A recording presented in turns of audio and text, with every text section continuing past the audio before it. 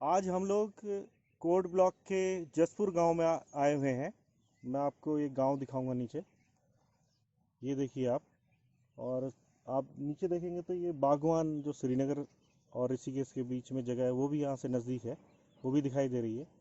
आज से कुछ साल पहले ये गांव बिल्कुल वीरान हो गया था। यहाँ पे कोई भी नहीं रह रहा था। लेकिन एक साल पहले इस गांव को जिंदा करने के लिए दो नवयुवक यहाँ पे आए। सामने मेरे बैठे हैं हरीश पवार जी। और इधर जो दूसरे बैठे हुए हैं, आप थोड़ा हाथ जोड़ेंगे तो अलग से दिख जाएंगे। अजय पवार जी।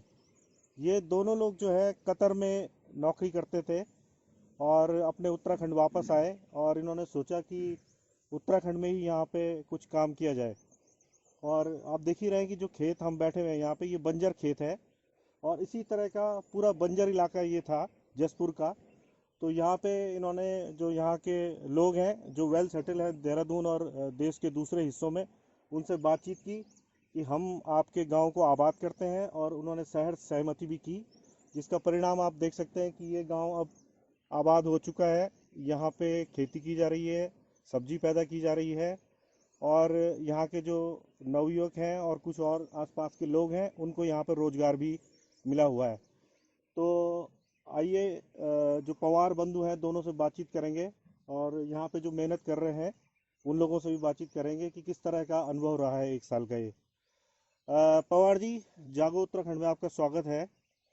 पहले थोड़ा सा आप बताइए कि आप कहाँ जॉब कर रहे थे और कैसे दिमाग में आया कि यहाँ पे खेती की जाए। मैं 2009 से 2018 तक कतर में था as a designing draftsman AC mechanical में। तो 9-10 साल से बाहर था, तो बाहर की लाइफ भी देखी, सारा देखा, दिल्ली में भी कई साल जॉब की। उसके बाद अचानक आया कि हर आदमी हर इंसान अपने लिए कर रहा है, लेकिन हम जहाँ से मेन है वहाँ पे सारा वीरान हो रहा है, पलायन हो रहा है। तो हर इंसान अगर अपने लिए जिएगा तो मतलब हमारा जो मातृभूमि थी ये सब ऐसी छूट जाती। तो उसके बाद मेरे छोटा भाई है गांव का ही, जामला का ही। तो उससे कांटेक्ट, ऐसे फ़ोन में बात चलती रहती थी, यार क्या है, कैसे चल रहा है यहाँ, हम इतना वो मेहनत कर रहे हैं, कर रहे हैं, तो क्यों ना अपने उसमें करें। तो ऐसी फ़ोन में बातें होते होते एक साल के बाद हमारा दोनों का प्लान बना, दोनों जॉब छोड़ के वापस घर आए। उसके बाद हमने जामला में 2018 में स्टार्ट किया, अपने गाँव जामला में। वहाँ पे हमारा अच्छा खासा चल रहा था, ठीक ठाक चल रहा। तो यहाँ पे हमारे जस्ट इस गांव से ऊपर एक भाई साहब हैं, शोभन सिंह जी, ठेकेदार हैं। तो उन्होंने बताया कि यार तुम यहाँ पे इतनी मेहनत कर रहे हो, तो एक ऐसी जगह तुम्हें दिखाता हूँ कि जहाँ पे कोई भी नहीं है और पानी की फैसिलिटी, और वहाँ पे काफ़ी अच्छा तुम लोग अपना वो कर सकते हो। तो हम फिर उनके कांटेक्ट में आए। तो उन्होंने फिर यहाँ के एक दो आदमियों से बात करवाई, उनसे बात की। तो जब उन्होंने हमारा ये सुना कि हम क्या करना चाहते हैं, कैसे करना चाहते हैं, तो वो लोग काफ़ी खुश हुए, क्योंकि उनका 90% समझ सकते हो कि वीरान हो चुका था गाँव। तो उन्होंने हमें सशक्त अपना वो दिया कि आप करो, हमारी तरफ से कोई प्रॉब्लम नहीं है, कुछ नहीं है। तो हमने जस्ट एक साल पहले यहाँ पे शुरू किया था। और अभी आप देख ही रहे होंगे नीचे कि कितना डेवलप कर चुके हैं। लेकिन इसको करने के साथ साथ थोड़ा बहुत कुछ प्रॉब्लम्स जो आ रही हैं वो अभी हमारी सॉल्व नहीं हो पा रही हैं। तो उसके बारे में धीरे धीरे बात बताएंगे आपको। जी। तो अभी मेनली यही है कि कैसे हम यहाँ पे 2-4 आदमियों को रोज़गार दे सकें। अब अभी हमारे कितने साथ लोगों को रोजगार दिया आपने। अभी हमारे तरफ से तो कम से कम पहले 8-9 लेडीज़ कंटिन्यूस हमारे यहाँ चलती, तो टोटल मान के चलेंगे 15-20 आदमियों को कंटिन्यूस रोजगार मिल रहा है ना। हमारे भाई साहब यहाँ पे चंदन सिंह जी ग्राम टपराड़ी के हैं, ललित है। तो ये लोग कंटिन्यू, ये परमानेंट यहीं पे जॉब कर रहे हैं हमारे साथ, तो काफ़ी खुश है तब से। और काफ़ी प्रेरित भी हो रहे हैं कि हाँ यार ये काम करना चाहिए। तो बाकी छोटा भाई अजय है, वो जी। बताएगा आपको कि जी। क्या क्या है। मेरे साथ यहाँ पे जो हमारे कृषि एक्सपर्ट हैं, अम्बेश भी हैं। और आगे थोड़ा सा हम अम्बेश भी बातचीत करेंगे। आप अजय से आप बातचीत करिए थोड़ा सा।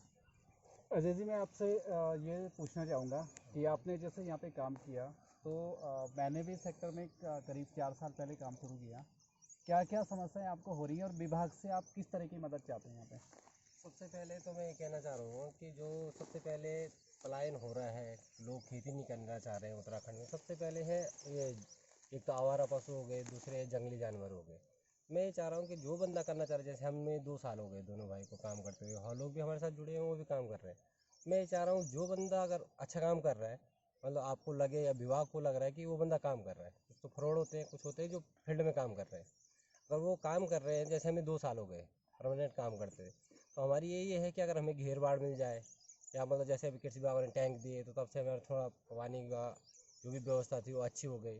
तो मैं ये चाहता हूँ कृषि विभाग से जैसे मतलब वो पानी के पाइप वगैरह हो गए, स्प्रिंकलर हो गए, वो देने का वो कष्ट करें, ताकि मतलब हमें जो खेती आगे मतलब बढ़ा सके, और ये चाहते हैं। मतलब कुल मिला के आपसे बातचीत करके मुझे ऐसा लगता है कि ये जो उद्यान विभाग है कहीं ना कहीं वो आपकी मदद कर सकता है, और अगर आपको यहाँ पे फेंसिंग मिल जाए, चैनल फेंसिंग मिल जाए, तो आपकी सारी समस्याएं सॉल्व हो जाएंगी। हाँ जी सर। ठीक है। हमारा जो जागो उत्तराखंड और किसान हेल्प सेंटर जो दोनों के सामूहिक प्रयास से चल रहे हैं, हम लोग आपकी बात को विभागों तक पहुंचाने का, उद्यान विभाग तक पहुंचा करके इस समस्या को जितना जल्दी हो सकता है सॉल्व करने की कोशिश करेंगे। बहुत बहुत धन्यवाद। धन्यवाद भैया। तो धन्यवाद अम्बेश, आपने कुछ राहत दी है, और हम ज़रूर कोशिश करेंगे कि जो यहाँ पे चैनल फेंसिंग है वो यहाँ पे लग जाए, जिससे कि यहाँ पे जंगली सुअर और जो से ही यहाँ पे जो खेतों में घुस जाती है और खेतों को नष्ट करती है, उस समस्या से यहाँ पे समाधान उसका हो। एक बार फिर मैं लौटूंगा हरीश जी की तरफ। हरीश भाई, आप ये बताओ कि जो आप एक हमारी अभी कुछ देर पहले बातचीत हो रही थी, आप कह रहे थे कि एक मंडी की बात कर रहे थे कि जैसे हिमाचल के पैटर्न पे मंडियाँ होती है, थोड़ा थोड़ा सब्जी हर एक आदमी घर पे कर रहा है, किचन गार्डन भी करता है, घर गांव में हर एक आदमी खेती कर रहा है, तो वो क्या सुझाव देना चाह रहे हो आप सरकार मैं को? यही कहना चाहता हूँ कि जैसे हमने तो इसमें एक बड़े स्केल में काम किया है, तो चलो हमारा 15-20 किलो या 100 जो होता है हम ले आते हैं। गाँव में क्या है, हर आदमी अपना 1-1, 2-2 किलो, 4-4 किलो पैदा कर रहा है, लेकिन उसको मार्केट नहीं मिल पाती, इसलिए आदमी मतलब इस जो भी गाँव के लोग हैं इस क्षेत्र में जाना नहीं चाहते। तो मैं यही चाहता हूँ जैसे हिमाचल का पैटर्न है कि आपका अगर 2 किलो भी कुछ हो रहा है, अपना गए और एक जगह में जहाँ पर स्टोर है वहाँ पर रखा, आपको दो रोज का 2 किलो भी अगर कुछ ले आते तो उससे क्या होगा, आज आपका 2 किलो गया, 2 किलो का पैसा आया, तो आदमी थोड़ा सा और उत्तेजित वो होगा, अग्रेसिव होगी कि यार 2 किलो बिका है, कल वो 4 किलो उत्पादन करने की सोचेगा। इससे क्या धीरे धीरे फिर एक को देख के दूसरा, दूसरे को देख के तीसरा, तो शायद गाँव में जागृति आ जाए कि यार हमें कुछ करना चाहिए और हम जो मेहनत कर रहे हैं उसका पैसा हमें मिल रहा है। क्योंकि एक्चुअली यहाँ पौड़ी में ये चीज़ें होती नहीं है। गाँव में अगर हम जाएंगे सबके घरों में सब्जियाँ होती हैं, लेकिन उन्हें क्या है, मार्केट मिल नहीं पाती, या तो आपस में बांट देते हैं या फिर आपस में मतलब ऐसी खराब होती है। तो मैं ये चाहता हूँ कि किसी का 1 किलो भी अगर निकल रहा है, वो 1 किलो उसको मार्केट मिल जाए। तो इसके लिए यही हो सकता है, जैसे हिमालय पैटर्न पे है, जो हिमाचल के उस पे है कि भाई आपका 1 किलो हो रहा है, 2 किलो हो रहा है, कुछ इस तरह की व्यवस्था बनाई जाए कि हर आदमी आप मार्केट उस सामान को भेज सके। हम तो बड़ी स्केल पे कर रहे हैं, तो हमें तो मिल जाती है, अपनी गाड़ी बुक करी, अपना ले गए। तो लेकिन अब जिसका 1 किलो है, 2 किलो, वो कहीं जा नहीं पाता, वो उसका मिसयूज ही होता है, और इसलिए वो हर इंसान के अपने केवल खाने तक सीमित है, उसको as a business, as a future नहीं ले जा पा रहा है। उसके लिए हमें हिमाचल पैटर्न पे चलना पड़ेगा, मंडी की सुविधा देनी पड़ेगी गवर्नमेंट को, व्यवस्था कुछ इस तरह करनी पड़ेगी कि हर आदमी का 1 किलो 2 किलो जितना भी है उसको मार्केट मिल जाए। तो ये तो गवर्नमेंट ही कर सकती है, हम लोग तो इसमें कर नहीं सकते। फिर भी हम जो हमारे आसपास के गाँव हैं उनको हम ये फैसिलिटी देते हैं कि भाई आपका अगर 2 किलो 4 किलो हो रखा है, हमारे पास दे दो, हम अपने सामान के साथ उसको भेज देंगे। पिछली बार हमने काफ़ी गांव में बहुत से लोगों को इस तरीके से सामान भेजा है। तो अब ये मैं तो यही चाहता हूँ कि लोग धीरे धीरे इससे, अब जिस प्रकार आप देख रहे हो कोरोना की वजह से इस समय काफ़ी नवयुवक घर आए हैं, तो अगर इस समय गवर्नमेंट ने इनको काफ़ी थोड़ा सुविधाएं दे दी और इस बारे में बताया, तो शायद किसी के मामले में उत्तरांचल, उत्तराखंड या पौड़ी हमारा फिर से दोबारा अच्छी पोजीशन पे आ सकता है। लेकिन उसके लिए गवर्नमेंट को मिल के काफ़ी कुछ करना पड़ेगा, क्योंकि गांव में प्रॉब्लम्स बहुत हैं, सॉल्यूशन नहीं है। तो अभी जो आपकी सब्जी है वो कहाँ कहाँ जाती है, और क्या क्या अभी सब्जी है आपके पास? अभी हमारे पास टमाटर है अभी फ़िलहाल, और शिमला मिर्च हैं, बीन्स हैं, टम बैंगन है। और हमारी सब्जी मैक्सिमम ये श्रीनगर जाती है, और यहाँ पे पहले अभी कोरोना से पहले तो काफ़ी स्टाफ यहाँ से श्रीनगर से आता जाता था, तो मैक्सिमम स्टाफ ले जाता था। गांव में जाती, पौड़ी जाती, जामला खाल, तो हमें तो अभी इसकी प्रॉब्लम नहीं फेस हुई कि हमारा माल ना निकालो, जितना होता है उतना निकल जाता है। लेकिन दूसरों को जागृत करने के लिए ये चीज़ करनी पड़ेगी जो मैंने पहले बताई है।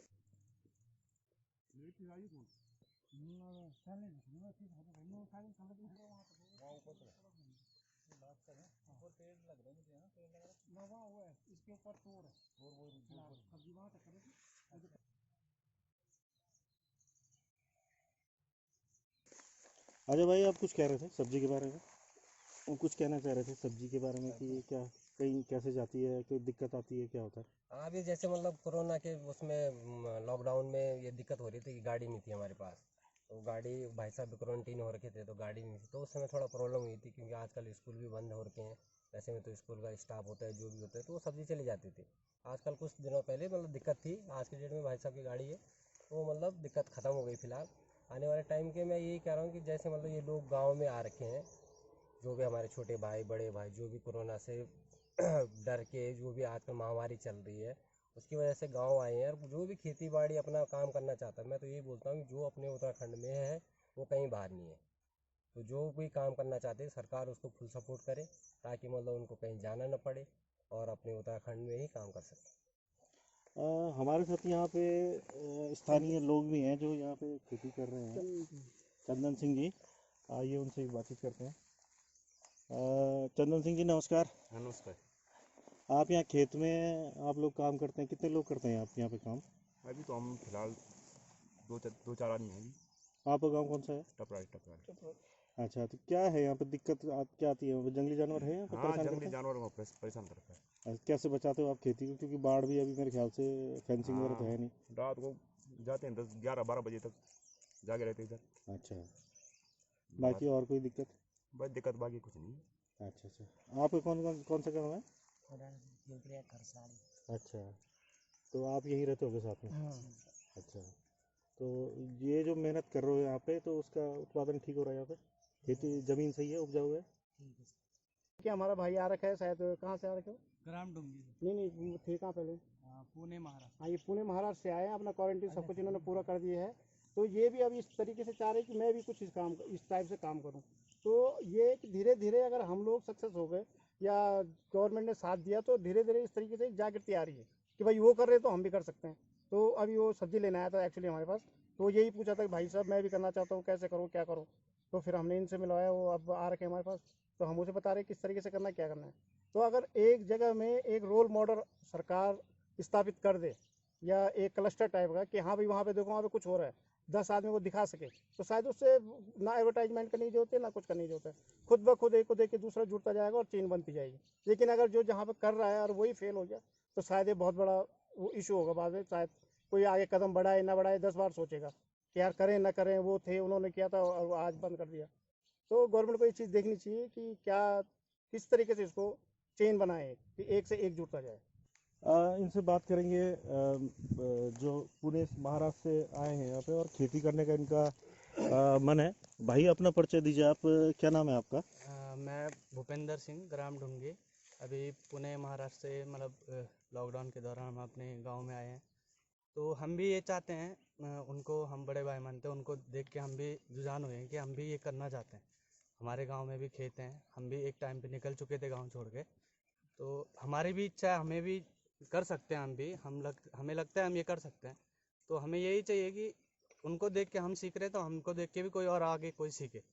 तो हमें आगे सपोर्ट चाहिए, अगर मिलेगा तो सही है, हम अपना भी करेंगे। और उनको देख के, बड़े भाई उनको देख के भी हम आगे बहुत कुछ करने की कोशिश करेंगे।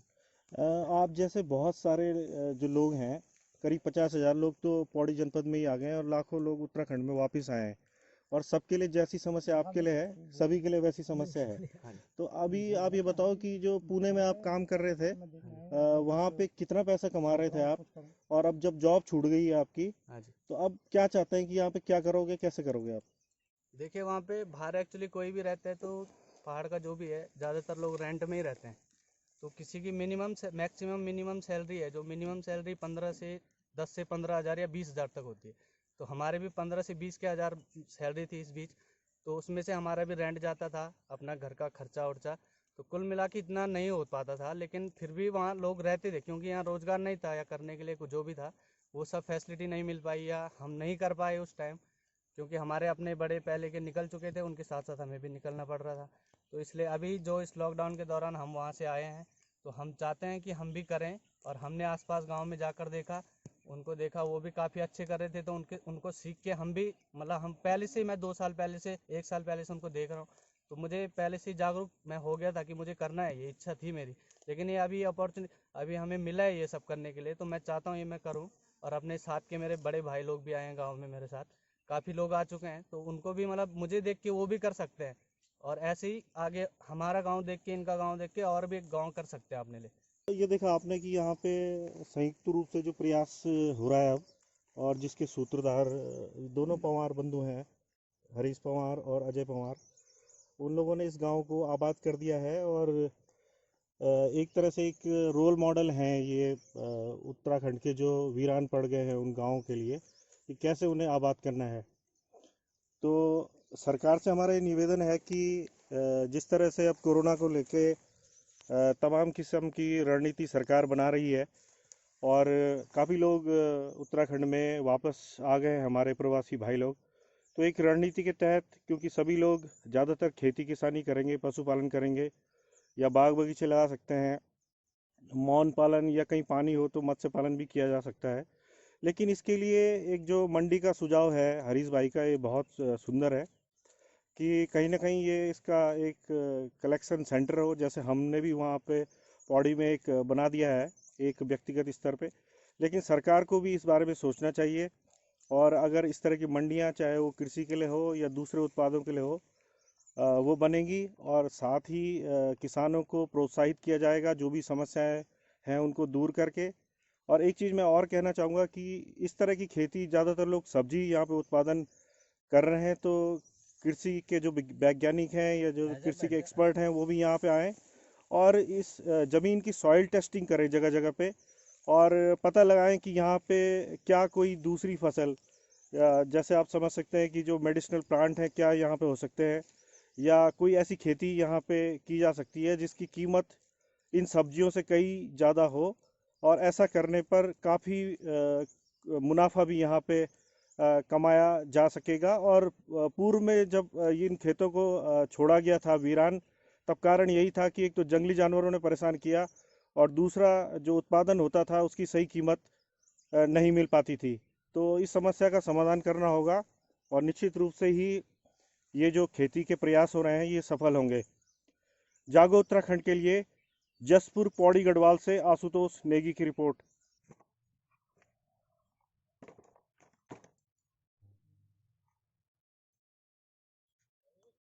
छोड़ है भाई, फोन कर दिया था तुमने?